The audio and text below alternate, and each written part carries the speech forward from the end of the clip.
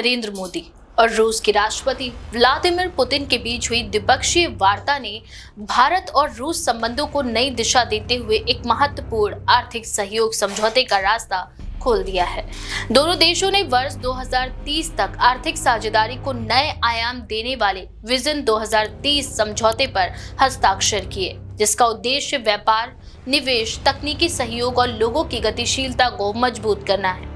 पिछले कुछ वर्षों में रूस के साथ भारत का व्यापारिक संबंध ऊर्जा आयात, रक्षा समझौते और रणनीतिक आवश्यकता के कारण तेजी से बढ़ा है और इसी पृष्ठभूमि में दोनों नेताओं की ये बैठक बेहद ही अहम मानी जा रही है। वार्ता के बाद जारी संयुक्त बयान में भारत ने ये दोहराया कि यूक्रेन संघर्ष का समाधान संवाद और कूटनीति से ही संभव है। प्रधानमंत्री मोदी ने अपनी टिप्पणी में कहा कि ये समय युद्ध का नहीं बल्कि शांति और स्थिरता का है और भारत हर मंच पर शांति स्थापित करने की दिशा में रचनात्मक सहयोग देने के लिए प्रतिबद्ध है।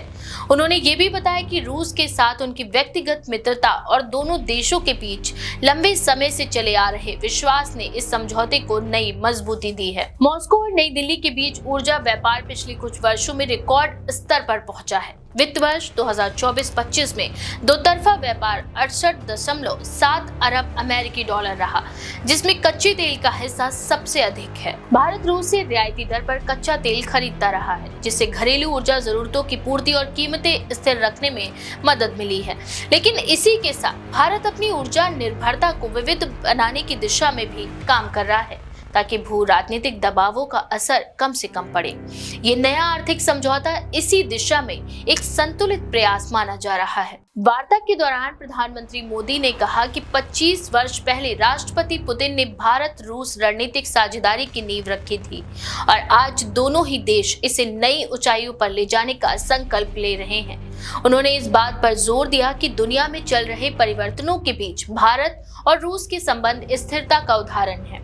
वहीं राष्ट्रपति पुतिन ने भी अपनी टिप्पणी में कहा कि भारत रूस का विश्वसनीय साझेदार है और रूस भारत की आर्थिक वृद्धि और तकनीकी उन्नति में सहयोग बढ़ाने के लिए तैयार है। बैठक के दौरान दोनों नेताओं की उपस्थिति में भारतीय राजदूत विनय कुमार और रूस के राजदूत डेनिस अलीपोव ने समझौते से संबंधित दस्तावेजों का आदान प्रदान किया।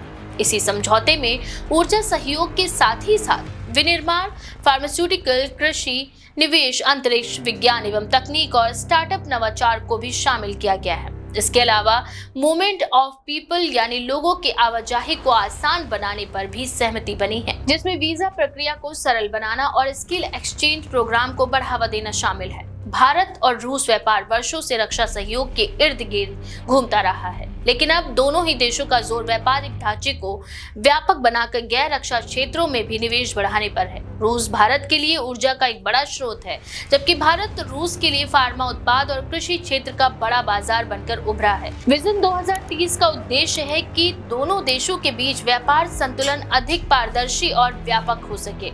इसमें व्यापारिक रास्तों को तेज करने, लॉजिस्टिक लागत कम करने और स्थानीय मुद्राओं में व्यापार बढ़ाने जैसे मुद्दे भी शामिल किए गए हैं। बार बार उभरता ये सवाल कि भारत रूस से ऊर्जा खरीद जारी रखेगा या वैश्विक दबावों के तहत कोई बदलाव लाएगा, इस बैठक के दौरान भी चर्चा का विषय रहा। लेकिन दोनों ही देशों की आधिकारिक टिप्पणियों से ये संकेत मिला कि भारत अपने ऊर्जा हितों के साथ किसी समझौते के मूड में नहीं है और रूस भी भारत को विश्वसनीय उपभोक्ता और साझेदार के रूप में विकसित होता देख रहा है। समझौते में लॉन्ग टर्म एनर्जी कॉन्ट्रैक्ट्स का भी उल्लेख इसे और स्पष्ट करता है। बैठक में तकनीकी सहयोग पर भी विस्तार से चर्चाएं हुई। भारत और रूस लंबे समय से अंतरिक्ष अनुसंधान में एक दूसरे के साथ काम करते आए हैं। गगनयान मिशन और भविष्य के स्पेस कोलैबोरेशन प्रोग्राम में दोनों देश संभावनाएं तलाश रहे हैं। इसी तरह एआई, साइबर सुरक्षा, डीप टेक और ऊर्जा ट्रांजिशन जैसे विषय भी इस विजन में डॉक्यूमेंट का हिस्सा हैं। ये समझौता भविष्य की प्रौद्योगिकियों पर संयुक्त काम करने की दिशा में एक मजबूत आधार तैयार करता है। वार्ता का एक महत्वपूर्ण हिस्सा ये भी था कि दोनों ही देश को भविष्य के वैश्विक आर्थिक बदलावों के लिए कैसे तैयार किया जाए। रूस एशिया में अपने व्यापारिक विकल्पों को बढ़ाना चाहता है, जबकि भारत रूस के साथ आर्थिक संबंधों में विविधता लाकर उसे बड़े रणनीतिक संतुलन का हिस्सा बनाना चाहता है। दोनों देश मिलकर ब्रिक्स समूह में भी काम कर रहे हैं। और आर्थिक सहयोग के इस समझौते को ब्रिक्स की नई दिशा के साथ जोड़कर भी देखा जा रहा है। बैठक के समापन पर प्रधानमंत्री मोदी ने राष्ट्रपति पुतिन को धन्यवाद देते हुए कहा कि भारत रूस मित्रता दशकों की परीक्षा से गुजरी है और हर परिस्थिति में मजबूत साबित हुई। उन्होंने उम्मीद जताई कि 2030 तक व्यापार, निवेश और प्रौद्योगिकी के क्षेत्र में जो लक्ष्य तय किए गए हैं वे द्विपक्षीय संबंधों को और भी मजबूती देंगे। वहीं पुतिन ने भी भारत के साथ संबंधों को और आगे ले जाने की प्रतिबद्धता जताई और कहा कि रूस भारत के विकास में हर संभव सहयोग देता रहेगा। इस बैठक से निकलकर आया विजन 2030 समझौता सिर्फ आर्थिक आंकड़ों की बात नहीं करता, बल्कि ये आने वाली पीढ़ियों के लिए भी एक स्थिर, संतुलित और बहुआयामी साझेदारी का रोड मैप भी तैयार करता है। दुनिया के बदलते भू राजनीतिक परिदृश्य में भारत और रूस की ये समझदारी आने वाले वर्षों की कूटनीतिक दिशा निर्धारित कर सकती है। इस बारे में आपका क्या विचार? अपनी राय कमेंट सेक्शन में जरूर लिखें। ऐसी और भी खबरों के लिए देखते रहें द पेज 19।